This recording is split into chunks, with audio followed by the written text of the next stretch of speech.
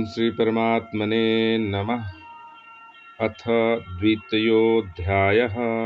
संजय बोले, उस प्रकार करुणा से व्याप्त और आंसुओं से पूर्ण तथा व्याकुल नेत्र वाले शोक युक्त उस अर्जुन के प्रति भगवान मधुसूदन ने यह वचन कहा। श्री भगवान बोले, हे अर्जुन, तुझे इस असमय में यह मोह किस हेतु से प्राप्त हुआ? क्योंकि न तो यह श्रेष्ठ पुरुषों द्वारा आचरित है, न स्वर्ग को देने वाला है और न कीर्ति को करने वाला ही है। इसलिए हे अर्जुन, नपुंसकता को मत प्राप्त हो, तुझमें यह उचित नहीं जान पड़ती। हे परंतप, हृदय की तुच्छ दुर्बलता को त्याग कर युद्ध के लिए खड़ा हो जा। अर्जुन बोले, हे मधुसूदन, मैं रणभूमि में किस प्रकार बाणों से भीष्म पितामह और द्रोणाचार्य के विरुद्ध लड़ूंगा? क्योंकि हे अरिसूदन, वे दोनों ही पूजनीय हैं। इसलिए इन महानुभाव गुरुजनों को न मारकर मैं इस लोक में भिक्षा का अन्न भी खाना कल्याणकारक समझता हूँ, क्योंकि गुरुओं को मारकर भी इस लोक में रुधिर से सने हुए अर्थ और काम रूप भोगों को ही तो भोगूंगा। हम यह भी नहीं जानते कि हमारे लिए युद्ध करना और न करना, इन दोनों में से कौन सा श्रेष्ठ है, अथवा यह भी नहीं जानते कि उन्हें हम जीतेंगे या हमको वे जीतेंगे। और जिनको मारकर हम जीना भी नहीं चाहते, वे ही हमारे आत्मीय धृतराष्ट्र के पुत्र हमारे मुकाबले में खड़े हैं। इसीलिए कायरता रूप दोष से उपहत हुए स्वभाव वाला तथा धर्म के विषय में मोहित चित्त हुआ मैं आपसे पूछता हूँ कि जो साधन निश्चित कल्याणकारक हो वह मेरे लिए कहिए, क्योंकि मैं आपका शिष्य हूँ। इसलिए आपके शरण हुए मुझको शिक्षा दीजिए। क्योंकि भूमि में निष्कंटक धन धान्य संपन्न राज्य को और देवताओं के स्वामी पने को प्राप्त होकर भी मैं उस उपाय को नहीं देखता हूँ जो मेरी इंद्रियों के सुखाने वाले शोक को दूर कर सके। संजय बोले, हे राजन, निद्रा को जीतने वाले अर्जुन अंतर्यामी श्री कृष्ण महाराज के प्रति इस प्रकार कहकर फिर श्री गोविंद भगवान से युद्ध नहीं करूंगा यह स्पष्ट कहकर चुप हो गए। हे भरतवंशी धृतराष्ट्र, अंतर्यामी श्री कृष्ण महाराज दोनों सेनाओं के बीच में शोक करते हुए उस अर्जुन को हंसते हुए से यह वचन बोले। श्री भगवान बोले, हे अर्जुन, तू न शोक करने योग्य मनुष्यों के लिए शोक करता है और पंडितों के से वचनों को कहता है, परंतु जिनके प्राण चले गए हैं उनके लिए और जिनके प्राण नहीं गए हैं उनके लिए भी पंडित जन शोक नहीं करते।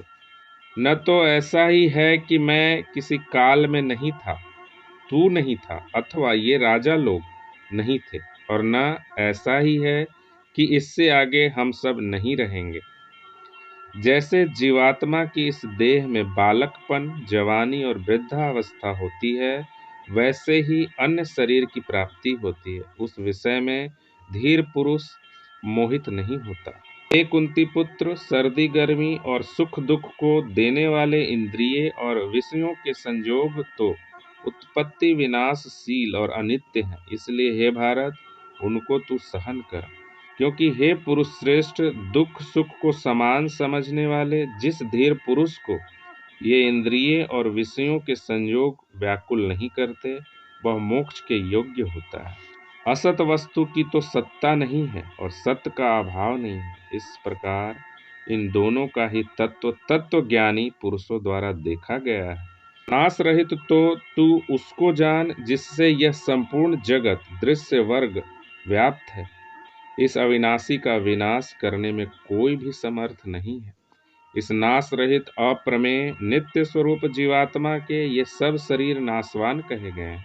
इसलिए हे भरतवंशी अर्जुन, तू युद्ध कर। जो इस आत्मा को मारने वाला समझता है तथा जो इसको मरा मानता है, वे दोनों ही नहीं जानते, क्योंकि वह आत्मा वास्तव में न तो किसी को मारता है और न किसी के द्वारा मारा जाता है। यह आत्मा किसी काल में भी न तो जन्मता है और न मरता ही है, तथा न यह उत्पन्न होकर फिर होने वाला ही है, क्योंकि यह अजन्मा, नित्य, सनातन और पुरातन है। शरीर के मारे जाने पर भी यह नहीं मारा जाता। हे पृथा पुत्र अर्जुन, जो पुरुष इस आत्मा को नाश रहित, नित्य, अजन्मा और अव्यय जानता है, वह पुरुष कैसे किसको मरवाता है और कैसे किसको मारता है। जैसे मनुष्य पुराने वस्त्रों को त्याग कर दूसरे नए वस्त्रों को ग्रहण करता है, वैसे ही जीवात्मा पुराने शरीरों को त्याग कर दूसरे नए शरीरों को प्राप्त होता है। इस आत्मा को शस्त्र नहीं काट सकते, इसको आग नहीं जला सकती, इसको जल नहीं गला सकता और वायु नहीं सुखा सकता, क्योंकि यह आत्मा अच्छेद्य है। यह आत्मा अदाह्य, अक्लेद्य और निःसंदेह अशोष्य है, तथा यह आत्मा नित्य, सर्वव्यापी, अचल, स्थिर रहने वाला और सनातन है। यह आत्मा अव्यक्त है, यह आत्मा अचिंत्य है और यह आत्मा विकार रहित कहा जाता है। इससे हे अर्जुन, इस आत्मा को उपर्युक्त प्रकार से जानकर तू शोक करने को योग्य नहीं है, अर्थात तुझे शोक करना उचित नहीं है। किंतु यदि तू इस आत्मा को सदा जन्मने वाला तथा सदा मरने वाला मानता हो, तो भी हे महाबाहो, तू इस प्रकार शोक करने को योग्य नहीं है, क्योंकि इस मान्यता के अनुसार जन्मे हुए की मृत्यु निश्चित है और मरे हुए का जन्म निश्चित है। इससे भी इस बिना उपाय वाले विषय में तू शोक करने को योग्य नहीं है। हे अर्जुन, संपूर्ण प्राणी जन्म से पहले अप्रकट थे और मरने के बाद भी अप्रकट हो जाने वाले हैं, केवल बीच में ही प्रकट हैं। फिर ऐसी स्थिति में क्या शोक करना है? कोई एक महापुरुष ही इस आत्मा को आश्चर्य की भांति देखता है और वैसे ही दूसरा कोई महापुरुष ही इसके तत्व का आश्चर्य की भांति वर्णन करता है, तथा दूसरा कोई अधिकारी पुरुष ही इसे आश्चर्य की भांति सुनता है और कोई कोई तो सुनकर भी इसको नहीं जानता है। हे अर्जुन, यह आत्मा सबके शरीर में सदा ही अवध्य, जिसका वध नहीं किया जा सके, है।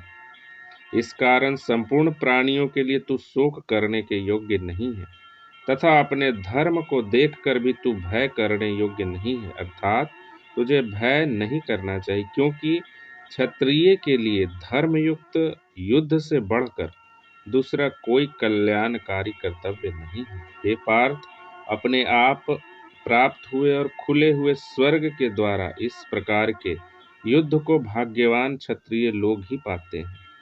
किंतु यदि तू इस धर्मयुक्त युद्ध को नहीं करेगा तो स्वधर्म और कीर्ति को खोकर पाप को प्राप्त होगा, तथा सब लोग तेरी बहुत काल तक रहने वाली अपकीर्ति का भी कथन करेंगे, और माननीय पुरुष के लिए अपकीर्ति मरण से भी बढ़कर है।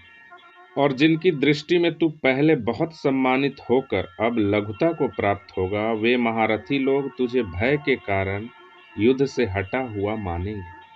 तेरे वैरी लोग तेरे सामर्थ्य की निंदा करते हुए तुझे बहुत से न कहने योग्य वचन भी कहेंगे। उससे अधिक दुख और क्या होगा?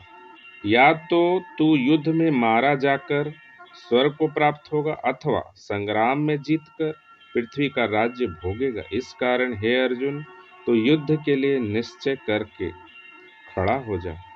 जय पराजय, लाभ हानि और सुख दुख को समान समझकर उसके बाद युद्ध के लिए तैयार हो जा। इस प्रकार युद्ध करने से तू पाप को नहीं प्राप्त होगा। हे पार्थ, यह बुद्धि तेरे लिए ज्ञान योग के विषय में कही गई, और अब तू इसको कर्म योग के विषय में सुन। जिस बुद्धि से युक्त हुआ तू कर्मों के बंधन को भली भांति त्याग देगा, अर्थात सर्वथा नष्ट कर डालेगा। इस कर्म योग में आरंभ का अर्थात बीज का नाश नहीं है, और उल्टा फल रूप दोष भी नहीं है, बल्कि इस कर्म योग रूप धर्म का थोड़ा सा भी साधन जन्म मृत्यु रूप महान भय से रक्षा कर लेता है। हे अर्जुन, इस कर्म योग में निश्चयात्मिका बुद्धि एक ही होती है, किंतु अस्थिर विचार वाले विवेकहीन सकाम मनुष्यों की बुद्धियां निश्चय ही बहुत भेदों वाली और अनंत होती है। हे अर्जुन, जो भोगों में तन्मय हो रहे हैं, जो कर्म फल के प्रशंसक वेद वाक्यों में ही प्रीति रखते हैं, जिनकी बुद्धि में स्वर्ग ही परम प्राप्य वस्तु और जो स्वर्ग से बढ़कर दूसरी कोई वस्तु ही नहीं है, ऐसा कहने वाले हैं, वे अविवेकी जन इस प्रकार की जिस पुष्पित अर्थात दिखाऊ शोभायुक्त वाणी को कहा करते हैं, जो कि जन्म रूप कर्म फल देने वाली एवं भोग तथा ऐश्वर्य की प्राप्ति के लिए नाना प्रकार की बहुत सी क्रियाओं का वर्णन करने वाली है, उस वाणी द्वारा जिनका चित्त हर लिया गया है, जो भोग और ऐश्वर्य में अत्यंत आसक्त हैं, उन पुरुषों की परमात्मा में निश्चयात्मिका बुद्धि नहीं होती। हे अर्जुन, वेद उपर्युक्त प्रकार से तीनों गुणों के कार्य रूप समस्त भोगों एवं उनके साधनों का प्रतिपादन करने वाले हैं। इसलिए तू उन भोगों एवं उनके साधनों में आसक्तिहीन हर्ष शोकादि द्वंद्वों से रहित नित्य वस्तु परमात्मा में स्थित योग क्षेम को न चाहने वाला और स्वाधीन अंतःकरण वाला हो। सब ओर से परिपूर्ण जलाशय के प्राप्त हो जाने पर छोटे जलाशय में मनुष्य का जितना प्रयोजन रहता है, ब्रह्म को तत्व से जानने वाले ब्राह्मण का समस्त वेदों में उतना ही प्रयोजन रह जाता है। तेरा कर्म करने में ही अधिकार है, उसके फलों में कभी नहीं। इसीलिए तू कर्मों के फल का हेतु मत हो तथा तेरी कर्म न करने में भी आसक्ति न हो। हे धनंजय, तू आसक्ति को त्याग कर तथा सिद्धि और असिद्धि में समान बुद्धि वाला होकर योग में स्थित हुआ कर्तव्य कर्मों को कर। समत्व ही योग कहलाता है।